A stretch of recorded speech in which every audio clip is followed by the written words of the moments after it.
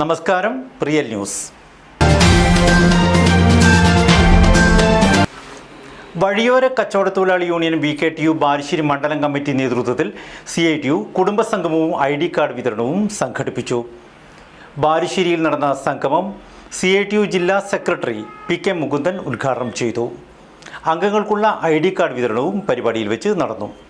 വഴിയോര കച്ചവട തൊഴിലാളി യൂണിയൻ ബാലുശ്ശേരി മണ്ഡലം കമ്മിറ്റി നേതൃത്വത്തിൽ കുടുംബസംഗമവും ID കാർഡ് വിതരണവും സംഘടിപ്പിച്ചു.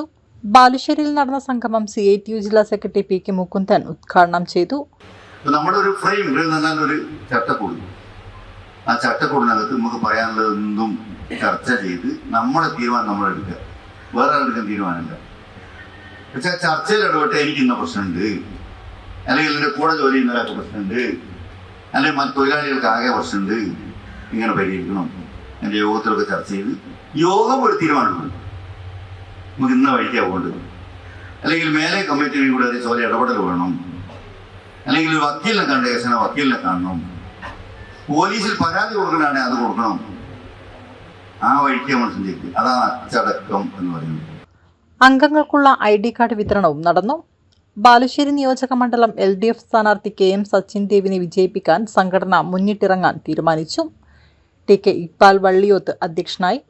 CITU area secretary Sadanandan, CP Basheer, C Meenakshi, K Muneer Kariyathankavu, Abhijith Ulliyeri, Femina Naduvannur, Ali Balussery, Saifu Koottalida എന്നിവർ സംസാരിച്ചു. Real news, Balussery.